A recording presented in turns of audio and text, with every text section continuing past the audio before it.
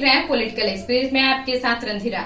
Corona virus को लेकर के बिहार सरकार काफी मुस्तैद है और कई एक तरह के फैसले लगातार ले रही है। इस बीच बड़ी खबर ये निकल करके आई सुबह सुबह कि जो पटना डीएम है कुमार रवि, उन्होंने फैसला लिया है और रेड जोन की भी दुकानें सशर्त खुलेंगी। साथ ही सोशल डिस्टेंसिंग का पालन करने को भी कहा गया है और इसके साथ ही अब जो क्वारंटीन सेंटरों की हालात को लेकर के खबरें आ रही थी, कल मुख्यमंत्री ने समीक्षा किया और अब क्वारंटीन सेंटरों को 3 भाग में 3 श्रेणी में बांट दिया है और उस मुताबिक ही अब जो है श्रमिक रहेंगे।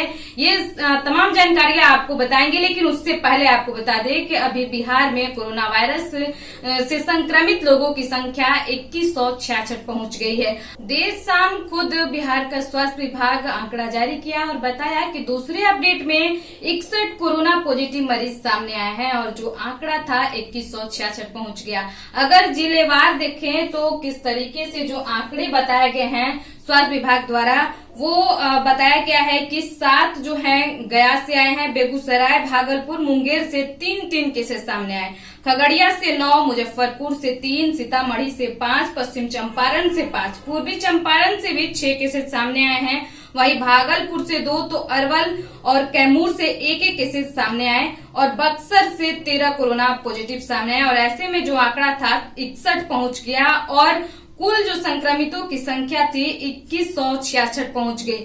हालांकि इस दौरान राहत की बात ये जरूर रही कि कल स्वास्थ्य विभाग ने ये भी बताया कि 36 लोग अच्छे हो गए हैं और ऐसे में अब तक अच्छे होने वालों की संख्या जो है वो 629 पहुंच गई है और अभी तक मृत्यु से जो जुड़ी खबरें आ रही हैं वो 11 कोरोना पॉजिटिव लोगों की मृत्यु हो चुकी है। हालांकि अब तक कोरोना से सिर्फ एक शख्स की मृत्यु हुई है और बाकी जो 10 से अन्य लोग जो मृत घोषित किए गए थे वे किसी न किसी बीमारी से पीड़ित थे। लेकिन जो 11वां शख्स है, पहले भी आपको बताया था पॉलिटिकल एक्सप्रेस ने कि खगड़िया से था, इसका स्वास्थ्य विभाग पुष्टि नहीं किया था। हालांकि खगड़िया डीएम ने ये पुष्टि कर दिया था कि उसकी मौत हो गई है और वो कोरोना पॉजिटिव पाया गया था।